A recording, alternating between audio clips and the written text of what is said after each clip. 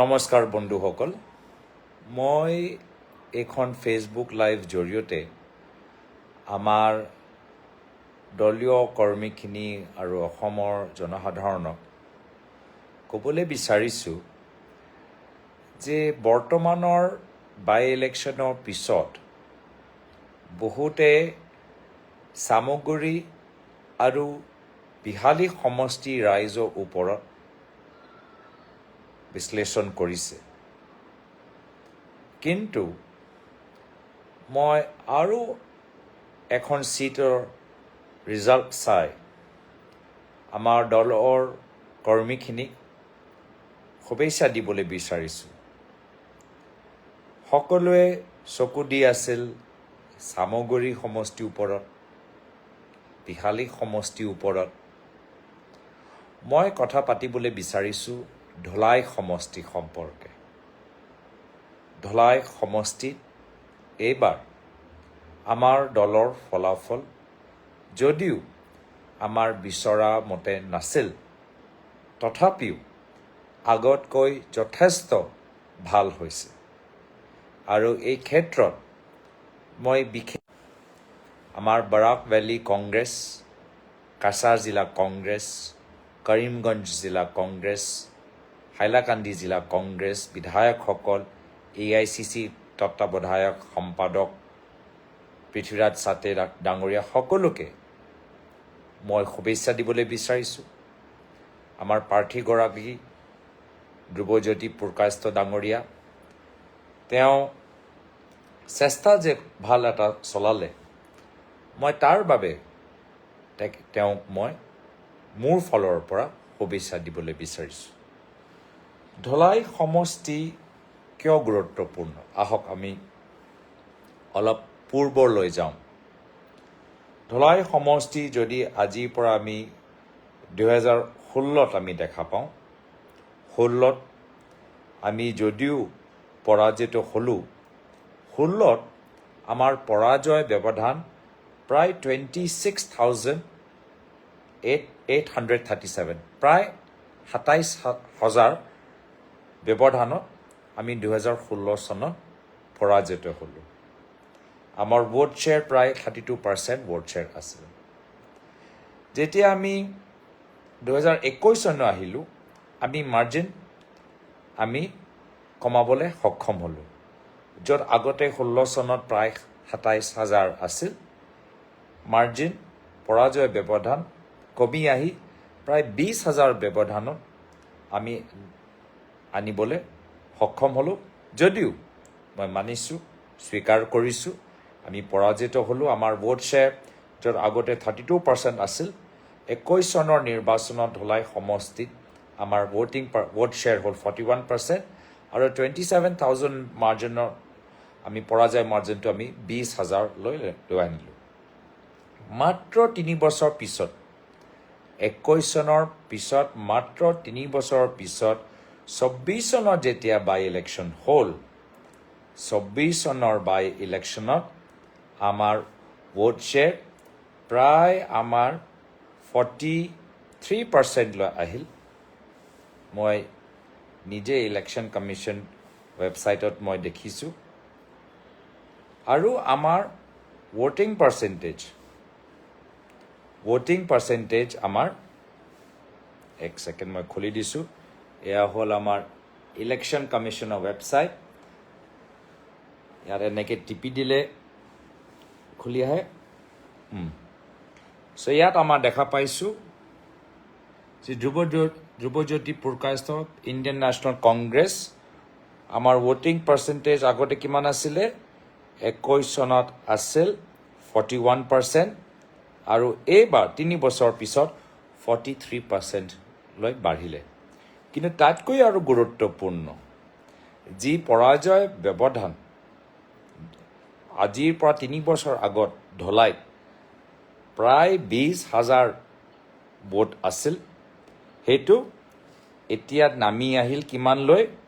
নামি আহিলে প্ৰায় 9,000লৈকে নামি আহিলে, প্ৰায় 9,100। এইটো কম ডাঙৰ কথা নহয়। 3 বছৰ ভিতৰত যদি কংগ্ৰেছ দল বাৰাক অঞ্চলত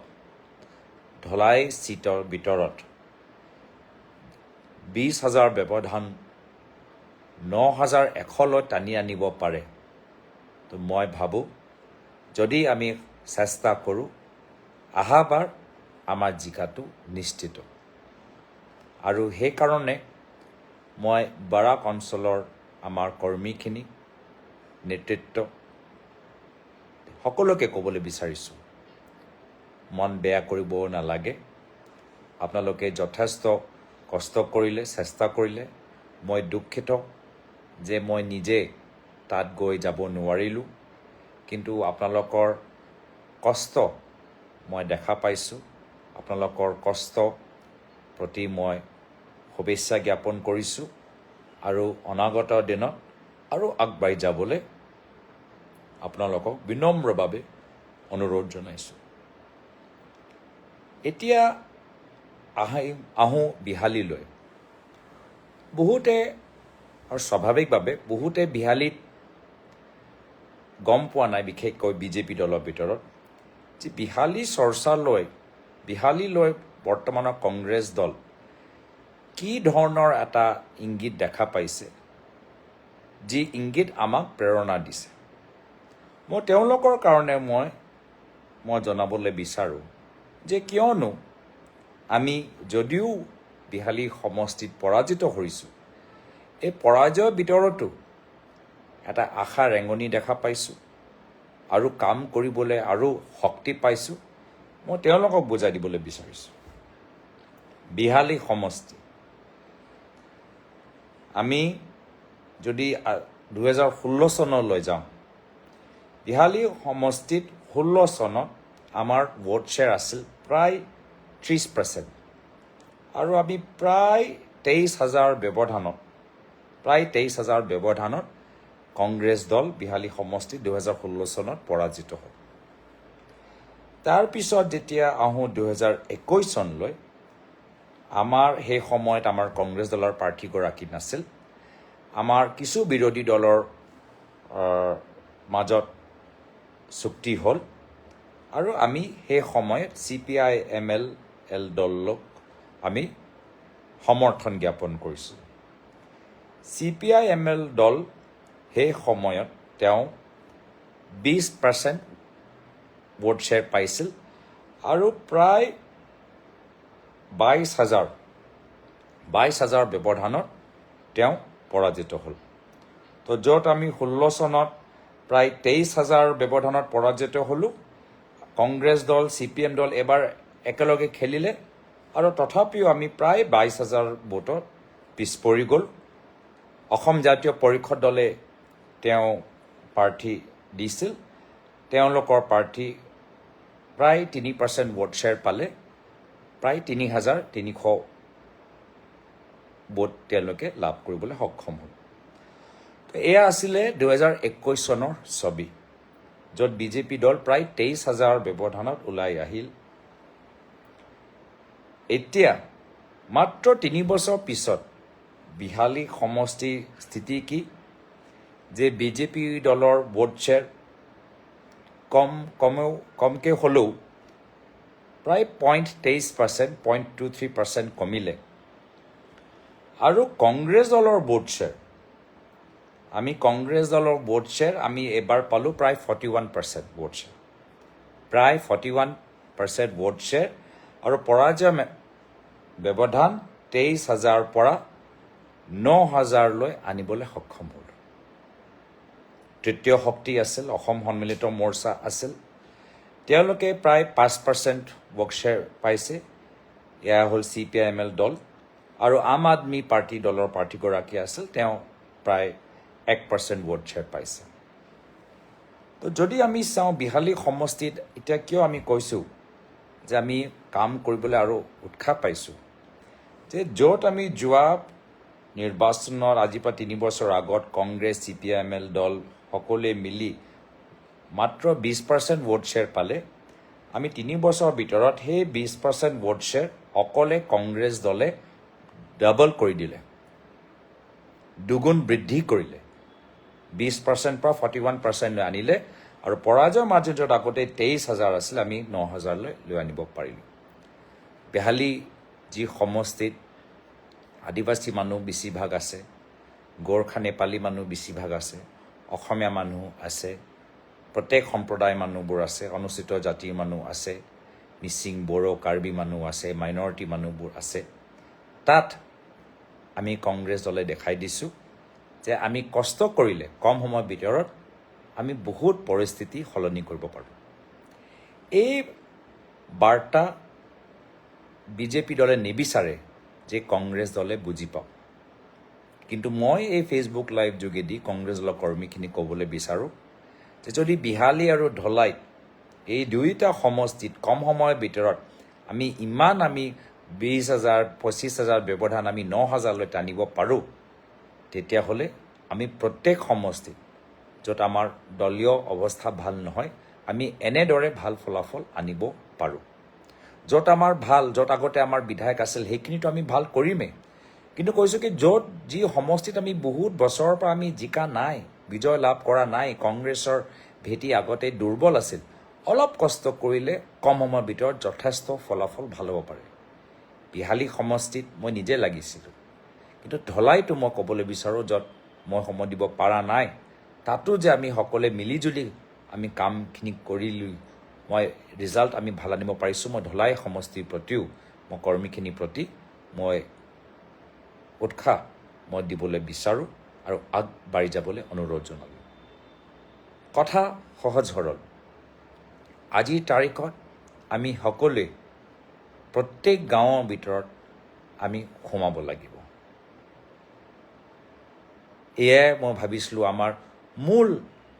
কাৰণ আছিল বিহালী আৰু ধলাই, যে আমি সকলোৱে একত্ৰিত হৈ আমি সকলোৱে নিজৰ গোটেই জোৰ এটা সমষ্টিৰ ওপৰত দি আমি প্ৰত্যেক গাঁৱৰ ভিতৰত সোমালোঁ, প্ৰত্যেক মানুহৰ ঘৰলৈ যাবলৈ সক্ষম হ'লোঁ। আমি ক'ব নোৱাৰোঁ যদি আৰু অলপ সময় যদি আমি পালেহেঁতেন তেতিয়া নিশ্চয় আমাৰ ফলাফল আৰু ভাল হ'লহেঁতেন। যদি প্ৰশাসনে আৰু আৰক্ষীসকলে বিজেপি দলৰ কৰ্মীখিনিৰ নেতৃত্বৰ ওপৰত অলপ নিয়ন্ত্ৰণ কৰিলেহেঁতেন ফলাফল আজি বহুত বেলেগ হ'ব পাৰিলেহেঁতেন। মই সেইকাৰণে অনুৰোধ জনাইছোঁ সমগ্ৰ অসমবাসী আমাৰ কংগ্ৰেছ দলৰ কৰ্মীখিনিক যে বিহালী আৰু ধলাই চাই সকলোৱে গাঁৱৰ ভিতৰত সোমাই যাবলৈ প্ৰচেষ্টা আৰম্ভ কৰক। তাৰ বাহিৰে আমাৰ আৰু কোনো বিকল্প নাই। এয়া হৈছে আমাৰ মূল কাম যে আমি প্ৰত্যেক অঞ্চলত প্ৰত্যেক গাঁৱৰ ভিতৰত আমি সোমাই মানুহখিনি একত্ৰিত কৰি আমি মানুহৰ নিজৰ কথাখিনি আমি বুজাবলৈ চেষ্টা কৰিব লাগে। আৰু মই ভাবোঁ যে আজিৰ তাৰিখত মানুহে কংগ্ৰেছ দলৰ মাজত পৰিৱৰ্তনৰ আশা দেখা পাইছে, পৰিৱৰ্তনৰ এটা ৰেঙনি দেখা পাইছে, আৰু আজিৰ তাৰিখত মানুহে বৰ্তমান নেতৃত্বৰ পৰা পৰিৱৰ্তন বিচাৰে। তো সেইকাৰণে প্ৰত্যেক গাঁৱৰ ওপৰত আপোনালোকে জোৰ দিয়ক। অনাগত দিনত পঞ্চায়ত নিৰ্বাচন আহি আছে, বেছি সময় নাই। যি সময় আছে মই ভাবোঁ যথেষ্ট আমি এই সময়ৰ ভিতৰত আমি কাম কৰিবলৈ আমি সুবিধা পাম। সুবিধাজনক সময় আমাৰ ওচৰত আছে। 1 মাহ কম সময়ৰ ভিতৰত, কম সময় নহয়, বিহালী আৰু ধলাইৰ ভিতৰত আমি প্ৰায় 1 মাহে পাইছিলোঁ। তো যদি আমি এনেদৰে প্ৰত্যেক সমষ্টিত আমি যদি কাম কৰোঁ পঞ্চায়ত আমাৰ ভাল হ'ব। আৰু এই ক্ষেত্ৰত আমি একত্ৰিত হৈ কাম কৰিব লাগিব। আজি বিহালী আৰু ধলাইত মই বিশেষভাৱে দেখিছোঁ যে আমি একত্ৰিত হৈ গোটেই জিলাৰ মানুহ, গোটেই নেতৃত্ব আমি সকলোৱে নিজৰ ঘৰ এৰি আমি সোমাই গ'লোঁ। যদি তেনেদৰে আমি কাম কৰোঁ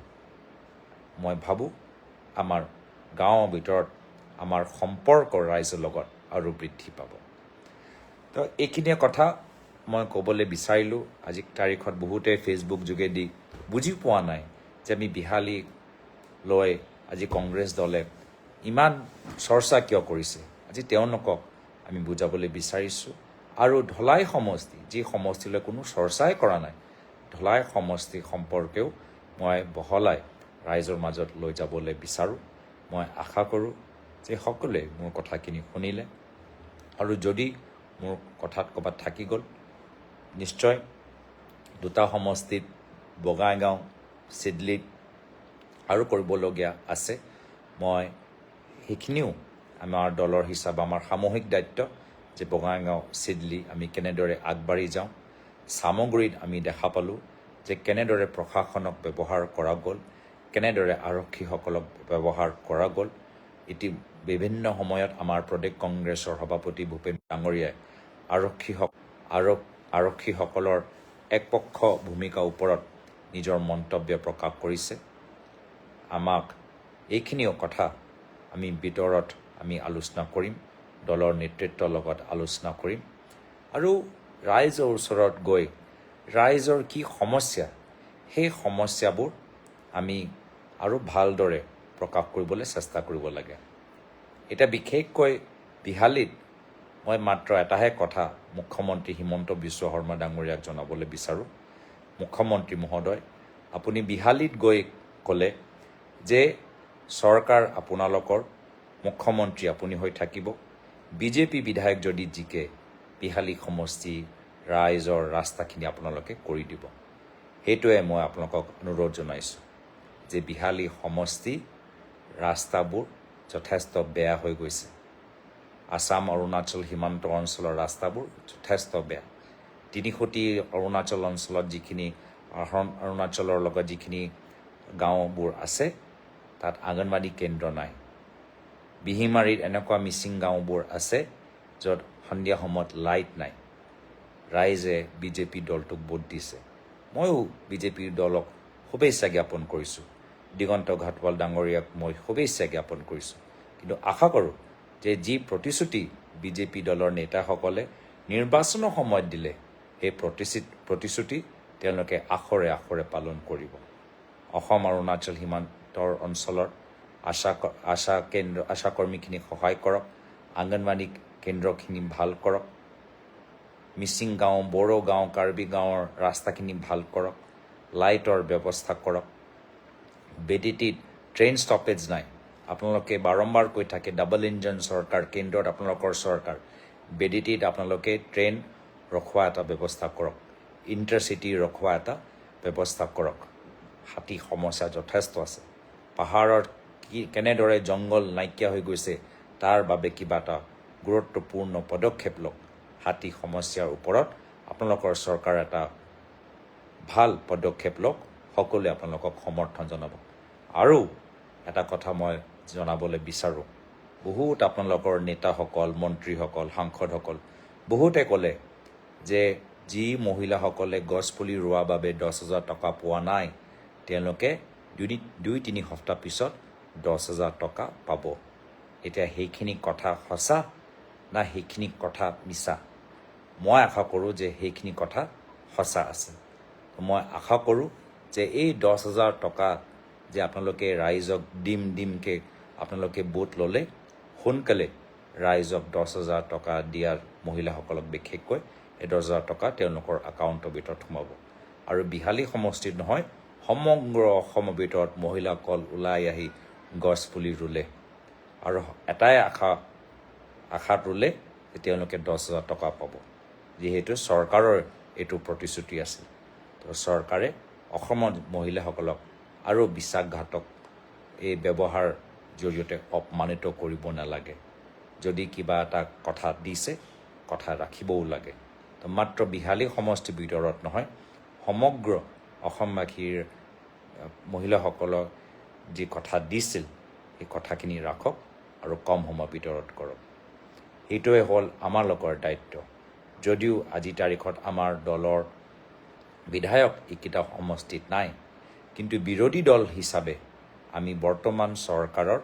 প্ৰতিশ্ৰুতিৰ ওপৰত পহৰা দিম যে তেওঁলোকে মাত্ৰ কথাৰে যোগেদি ভোট ল'লে না তেওঁলোকে কামখিনি কৰি ৰাইজৰ যে আস্থা সেই আস্থা বিনিময়ত দায়বদ্ধতা প্ৰকাশ কৰিব তো আমি ৰাইজৰ সেৱক আছিলোঁ আজিও আছোঁ আৰু ৰাইজৰ হৈ চৰকাৰৰ যে দাবীবোৰ যে আছিল বাৰম্বাৰ ৰাইজৰ হৈ আমি চৰকাৰৰ সন্মুখত মাত মাতি যামগৈ আৰু আশা কৰোঁ যে ৰাইজৰ কামখিনি হ'ব ৰাইজৰ উন্নয়নটো হ'ব ৰাইজৰ উন্নয়নটোৱে হ'ল আমাৰ স্বাৰ্থ আমাৰ কোনো ব্যক্তিগত স্বাৰ্থ নাই আমি ইয়াত ৰিজৰ্ট বনাবলৈ অহা নাই ডাঙৰ স্কুল খুলিবলৈ অহা নাই ইমান সম্পত্তিও আমাৰ হোৱা নাই যে আমি 99% 90% আমি ৰাইজক দি দিম ইমানো ক'বলৈও আমাৰ সাহস নাই আমি কাম কৰিছোঁ ৰাইজৰ উন্নয়ন হওক ল'ৰা ছোৱালীবোৰ শিক্ষিত হওক বাগানত যুৱকখিনি শিক্ষিত হওক আমাৰ গোৰ্খা মানুহবোৰ তেওঁলোকৰ আজি যে বহুত আশা আছে যে ছবিলাল উপাধ্যায় দেৱৰ প্ৰতিমূৰ্তি তেজপুৰৰ ভিতৰত হ'ব আৰু মুখ্যমন্ত্ৰী ছবিলাল উপাধ্যায় প্ৰতিমূৰ্তি গুৱাহাটীৰ ভিতৰতো তেওঁলোকে যে ক'লে সেই সম্পৰ্কেও তেওঁলোকে মুখ্যমন্ত্ৰী কিবা এটা পদক্ষেপ সোনকালে ল'ব মই আশা কৰিছোঁ ৰাইজ আপোনালোকে দেখিছে যে আমি নিৰ্বাচনৰ ফলাফল আমি গ্ৰহণ কৰিছোঁ কিন্তু নিজৰ দায়িত্ব কংগ্ৰেছ দলৰ প্ৰতি আমাৰ দায়িত্ব শেষ হোৱা নাই আমি কংগ্ৰেছ দলটোক আৰু শক্তিশালী কৰিবলৈ আমি চেষ্টা কৰিম আপোনালোকে আমাক যথেষ্ট সহায় কৰিলে মৰম কৰিলে মই তাৰ বাবে ধন্যবাদ জ্ঞাপন কৰিছোঁ আৰু এতিয়াও যদিও আমি বিৰোধী দলত বা বিৰোধী ভূমিকা গ্ৰহণ কৰিছোঁ আমি ৰাইজৰ হৈহে আমি মাত মাতি যাম এয়া আদৰ্শ মোৰ পিতৃ প্ৰয়াত তৰুণ গগৈদেৱৰ আছিল ৰাইজৰ কাৰণে আমি আছোঁ ৰাইজেহে ৰজা আৰু আমাৰ দল ৰাইজৰ কাৰণে কাম কৰি যাব এই একেই আদৰ্শলৈ আমি আপোনালোকৰ মাজত থাকিবলৈ বিচাৰোঁ তেতিয়াহ'লে এইখিনিয়ে কথা মই ক'লোঁ আজি ইয়াতে মই নিজৰ ফেচবুক লাইভ সামৰিছোঁ বৰ্তমান মই দিল্লীত আছোঁ দিল্লীত আমাৰ সদন পালে আমাৰ শীতকালীন আমাৰ উইণ্টাৰ ছেশ্যন আৰম্ভ হৈছে আজি আমাৰ প্ৰথম দিন বহুতখিনি কথা এই পাৰ্লিয়ামেণ্ট সম্পৰ্কে পাতিবলৈ আছে বেলেগ এদিন বেলেগ ফেচবুক লাইভ যোগেদি মই সেই কথাখিনি আপোনালোকক অৱগত কৰাম আজি তাৰিখত ইয়াতে সামৰিছোঁ আৰু সকলৰ দিন মংগলময় হওক এইখিনি কথা কৈ মই নিজৰ ফেচবুক লাইভ সামৰিছোঁ ধন্যবাদ